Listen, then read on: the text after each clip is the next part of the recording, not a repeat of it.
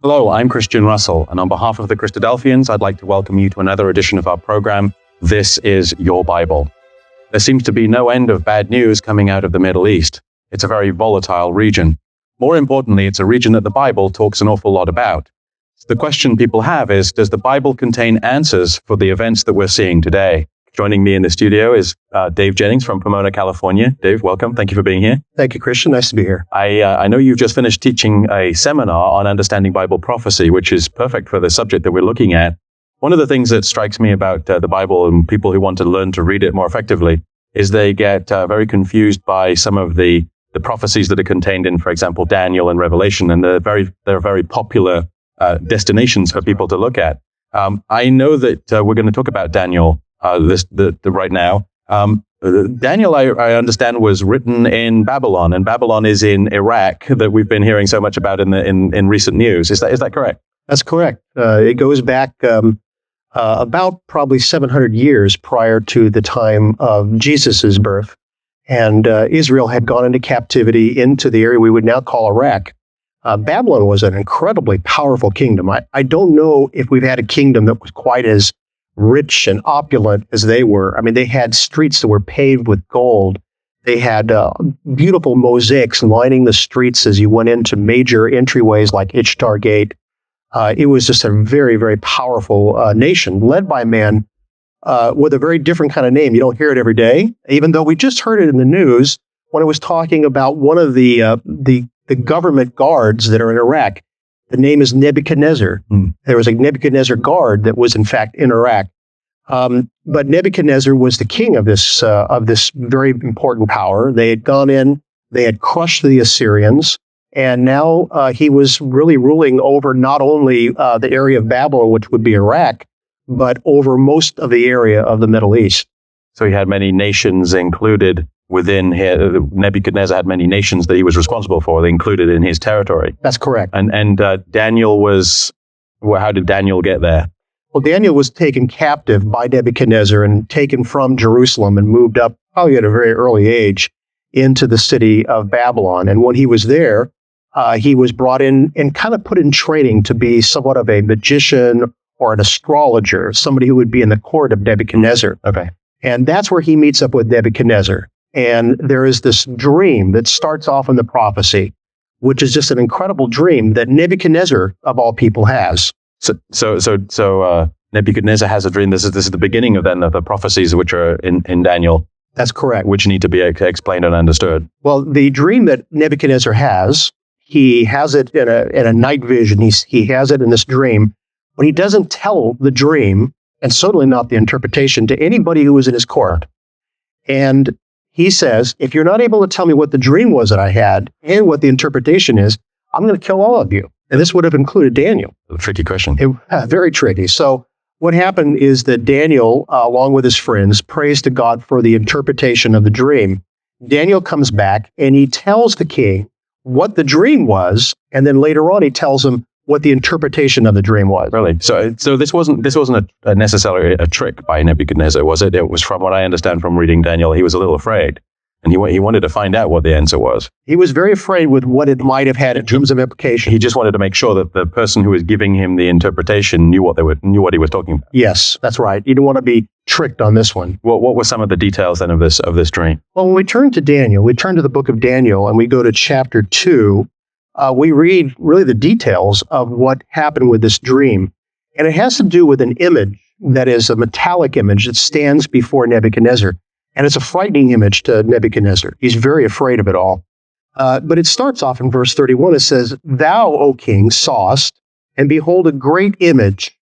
This great image, whose brightness was excellent, stood before thee, and the form thereof was terrible." Then he goes on to say, "Thou, O king, you saw this image, and this image's head was of fine gold. His breast and his arms were of silver. His belly and his thighs were of brass, and his legs were of iron." And then, at the place where you would least expect it, at the base of this big metallic image. Now, what do you have up there? You have a golden head. You're very heavy. Yeah, very heavy. You got silver for the arms and the breast. You've got bronze or brass, which makes up the middle section, And then you've got iron. And on all of this, teetering on top of all this, is iron and clay. And iron and clay don't mix very well, and certainly not a strong mixture. And so that's what we see is at the base of this image. And then he says, you're looking at this image, and then all of a sudden there's a stone which is cut without hands, so obviously provided by God. And this stone comes and it smashes the image. Where does it hit it? It doesn't hit it, on the gold or the silver or the brass or even on the iron. It hits it right down at the feet where it's made of iron and clay. And from there, what happens is that it causes, it says, for that to become, in verse 34, it says, thou sawest till the stone was cut out without hands, which smote the image upon its feet that were of iron and clay, and brake them to pieces together, and became like the chaff of the summer threshing floors. And the wind carried them away, that no place was found for them. And then we read in verse 35, the stone that smote the image became a great mountain and filled the whole earth. So this is Daniel telling Nebuchadnezzar that what his dream was. Obviously, he was correct. This is the dream that he had. Is there any explanation? Is there any interpretation then provided by Daniel? Yeah, that alone would be really pretty amazing, isn't it? Right. You had a dream last night, and I was able to say, here's what you dreamed. You put money on that one. That's right. But that alone would have been enough to save Daniel's life. Right. But Daniel was given a message by God, which was part of his plan and purpose, and that was to tell him the kingdoms of men that would rule over Israel until the very last days. Really? He had access to the most powerful person in the world at the time. Yes. And he's obviously there's that message. What is the interpretation? Well, the interpretation, luckily for us, is given to us, and it starts in verse 37. It says, thou, O king, art a king of kings, for the God of heaven hath given thee a kingdom, power, and strength and glory. Thou art this head of gold. And you see, it was important for him to recognize that he was the beginning of this, in this dream. He was the first of these kingdoms that was going to come to pass. Oh, so it might have even been his head that he saw, his face on the head. Possibly. Maybe it was his face that he saw. Maybe that was why he was so afraid. That's right. But certainly gold, which is the most precious and the most valuable of these metals, the richest, was the one that represented him. But the message that he was afraid of is that there was an end coming to the golden kingdom. Right. And that's found in Daniel chapter 2, verse 39. Okay. It says, after thee shall arise another kingdom inferior to thee, and then a third kingdom, and that'll be of brass, which shall bear rule over all the earth. So descending value of the metals that are being. That's right. Interestingly, they're getting stronger as we go down. Oh. But they are less viable. So you go from gold, which is very malleable, to silver, and then you go to brass, and finally we're going to go to iron. But the interesting thing is that we're told clearly that he is the one that is to be this first kingdom. Now, the second kingdom that's given to us, we have to actually go forward in Daniel to get this absolute in our minds. And we go to Daniel chapter 5 when we have Belshazzar, who is the last of the kings. And we see what happens is that he is about to have his kingdom fall. And we see then that he's told in the handwriting on the wall. We always use that. Right. Well, the handwriting is on the wall. Well, there really was handwriting on the wall. And that handwriting that was on the wall was Mene, Tekel Upharsin. It was written. Okay. And it was basically saying that thou art weighed in the balance and found wanting. And that your kingdom is going to be divided, and it's going to be given to the Medes and the Persians. Now, we know from history also that was the next power that came in and moved out of power the Babylonians and took over power. So first, the Medes and the Persians were to take over. So beyond that, though, we have this issue about the next kingdom that was to come to pass, and that is the one that's represented in the brass or the bronze. And we know that the one that was to follow this was the Grecian Empire. And the Greeks themselves were followed by another power, which was to be stronger than they are. And that's when we get over to verse 40, and we read about this. The fourth kingdom shall be strong as iron, for as much as iron breaketh in pieces, and subdueth all things, and as iron that breaketh all these, shall it break in pieces and bruise. So we see that the metal, this last metal that we see, which is iron, is very strong, and it comes in and takes over where that brass group had left off. Okay. And what it does is it's a very strong power, and it's going to break in pieces and bruise. And then finally it says, and whereas thou seest the feet and toes, part of potter's clay and part of iron, the kingdom shall be divided, but there shall be in it of the strength of the iron, for as much as thou sawest the iron mixed with miry clay.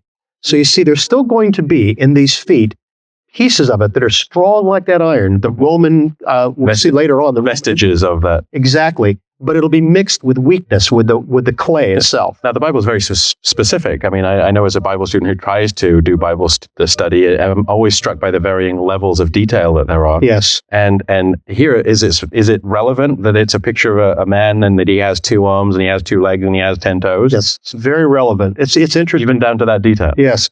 I mean, we have one head with Babylon. Okay. We have 2 arms with the Medes and the Persian, okay, which make up one people. They're inferior.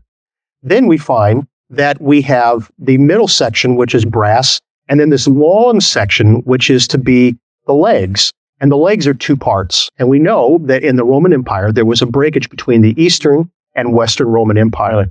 So we can see that even down to the selection of a man to use an image like that, God was able to show how the kingdoms of men would flow. And the toes? Well, the toes are really the most important thing, because this is where we see that the stone comes from this mountain and is cut without hands, and it dashes all of the image in pieces during this time of iron and clay mixed together. Now, it's interesting to say about this, we don't see any major world empire emerging after that 4th kingdom. It's a mixture of iron and clay, but when the stone hits it, what it does is it takes all those kingdoms and it grinds them to powder. And from that, the stone then grows into being a great mountain. So this image just evaporates. It absolutely is gone. And in its place is put in this stone, which grows and grows. And one of the most beautiful passages we have in our Bible is Daniel chapter 2, verse 44. Daniel chapter 2, verse 44 talks about what happens once that stone hits that image's feet. And it goes on to say, and in the days of these kings shall the God of heaven set up a kingdom which shall never be destroyed. And the kingdom shall not be left to other people, but it shall break in pieces and consume all these kingdoms, and it shall stand forever. Now, that's really different than all these other kingdoms of men. Right. They had a start, they had a finish. They had somebody who went into power, they had somebody who came out of power. But when we see this rock, the stone that's cut out of the mountain and dashes the image into powder and grows into a great mountain, there's a finality to that. There's a finality. That is the final world government. And now, it's interesting that you've mentioned it several times, the verse, the dream and the interpretation talk about this stone. Is there any relevance to a stone cut without hands? Well, thanks for asking that, because that really leads us to how Jesus fits into this prophecy. The one who will come, who will crush all these kingdoms and grind them to powder and set up a worldwide kingdom, is in fact Jesus. Oh, so he's the stone. Well, we have many references in the Bible about how Jesus was the stone that the builders rejected. Right. And how he was the cornerstone, the chief cornerstone. Jesus is that perfect stone cut without hands and without flaw. And he is the one that returns back to the earth at the last days, smashing that image and setting up his worldwide kingdom. And it'll stand forever. And that's the most amazing thing. So this Nebuchadnezzar's dream that Daniel interprets is literally a world history, not of obviously all of the major world powers. What's the bonding factor to this, just quickly? Well, the bonding factor to this is these are all nations that were going to have control and rule over Israel.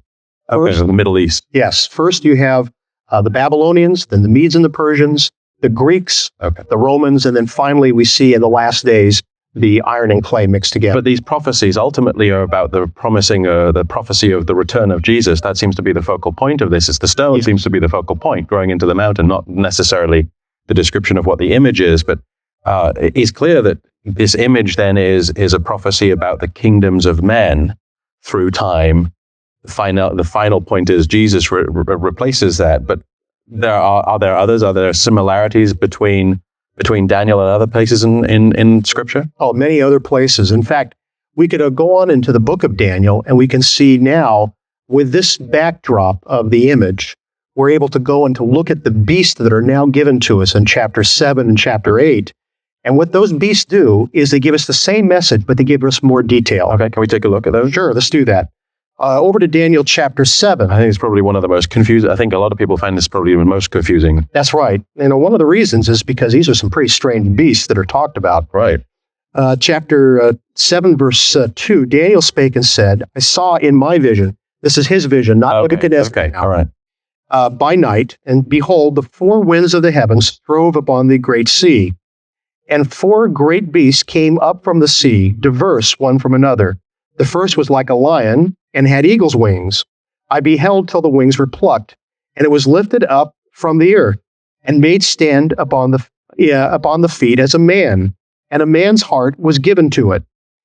And behold, another beast, the second, like to a bear, and it raised itself on one side, and it had 3 ribs in the mouth of it, between the teeth of it. And they said thus unto it, Arise, devour much flesh. And this I beheld, and lo, another, a leopard, like a leopard, which had upon the back of it 4 wings of a fowl.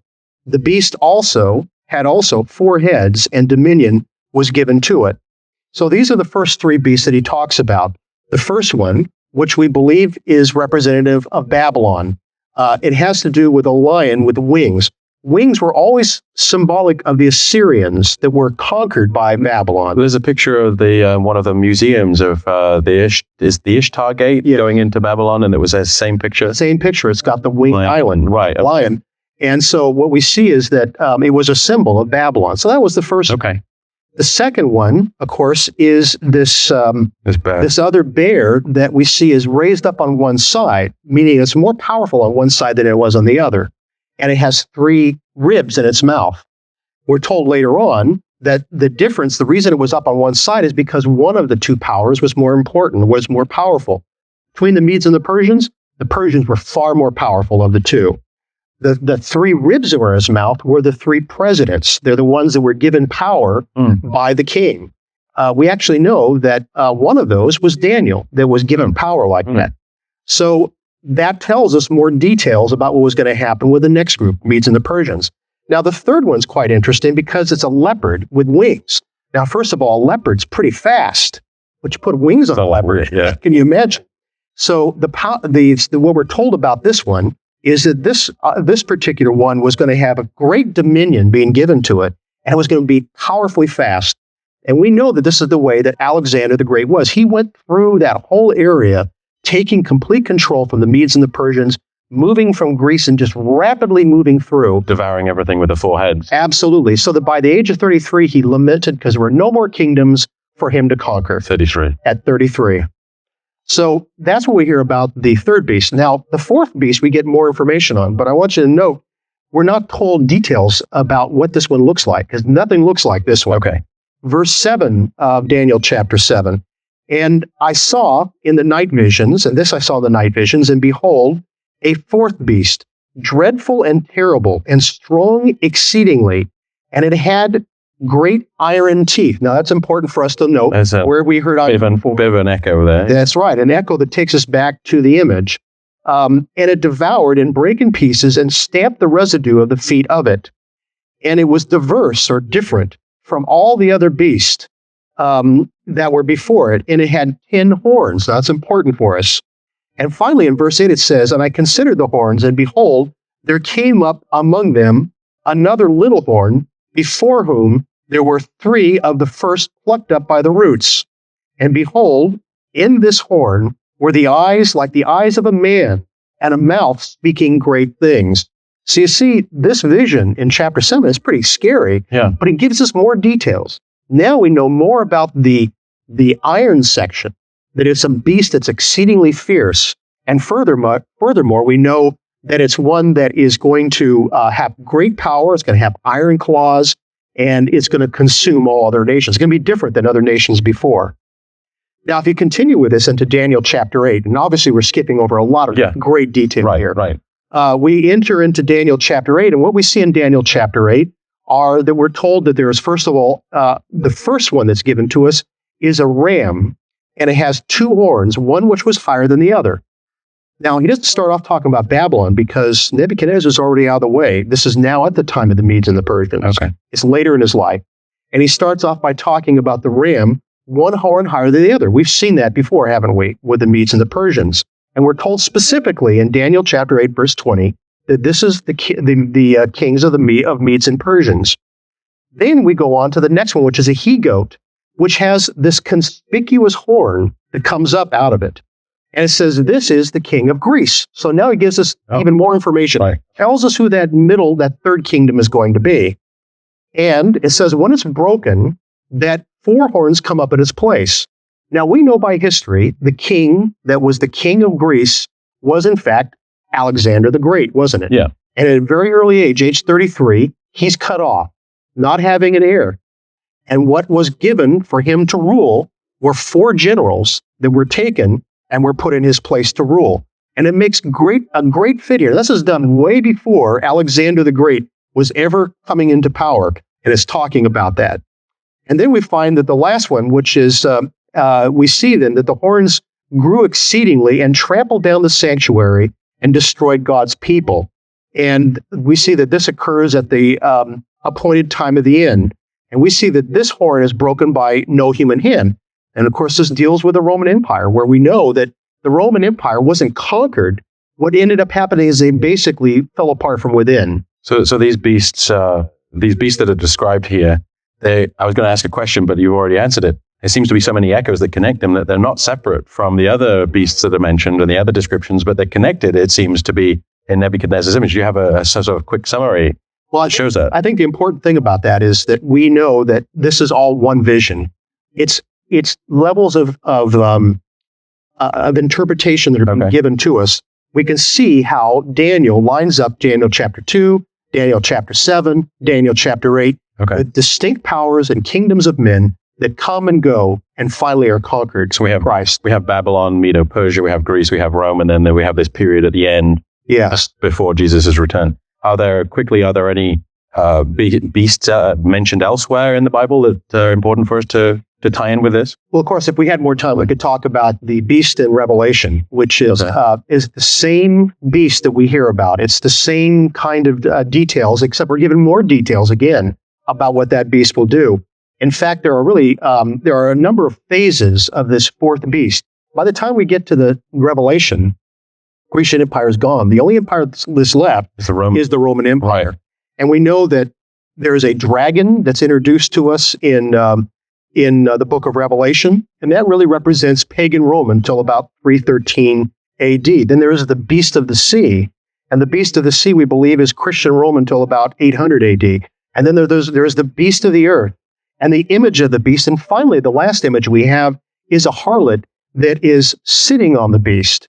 And we believe that this has to do with the church impacting political actions, but not doing it in a positive way, but doing it as a harlot until the coming of Jesus Christ. So during this period of time, during this phase of this, the period of the legs, you've got these different phases, and you're saying that there is these horns. There was one that you said there was a horn that grows, that's a conspicuous horn. Is that a nation? Is it a power? Is it a person? Well, the conspicuous horn had to do with Alexander the Great. This horn, the one that speaks great things. Oh, speaks great things. Right. The one that we hear about also in the book of Revelation.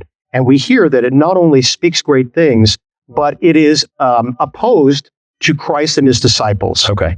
Now, what we believe is that this represents a system. It's a system of the kingdoms of men, which are opposed constantly to the things of God. So it's a system that is anti-Christ. Absolutely. Okay.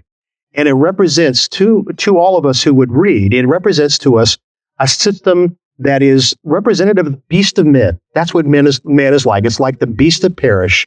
And because of this, we know that in the last days, it's this beast that will be opposed to Jesus Christ and will be destroyed along with all the other kingdoms when Jesus returns. And that's what's significant then about these prophecies, isn't it? It's significant because they all seem to sort of tie together, and you have these images and these beasts that are all obviously, the message is the same. That's right. Is a brief summary you can give us? And Well, I think first of all, the main thing again here to say is that all these rulers come up and they go away, but God's always in control. Okay. He's got a master plan. He knows where it's headed long before these nations arise.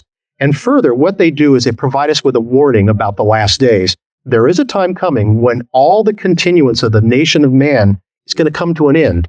It's going to come to an end when Jesus returns and establishes that wonderful, everlasting kingdom here on the earth. David, thank you. I'm so sorry that we're out of time. It's a wonderful subject. I hope that we can spend more time talking about it, on this program in the future. Like I said, unfortunately, we're out of time. I hope you'll join us for another edition of our program when we can hopefully visit this in more detail. As David pointed out, the subject of Bible prophecy is relevant to us. It's obviously contains answers for us about the current times, not just the academic study of the times past. The most important thing, I think, is obviously that God has prepared this for us to understand, and the warning is fairly urgent for us as well, is we need to, while we can, pay attention to what's going on and respond so that we're not left out. Anyway, we hope you'll join us again next time for another edition of our program. Don't forget to hit that like button. It really helps the channel grow. Drop a comment in the comment section and let us know what you thought. And make sure you subscribe and turn on notifications so you never miss a new upload. Please share it and spread the word. Thanks for watching, and remember to come back soon.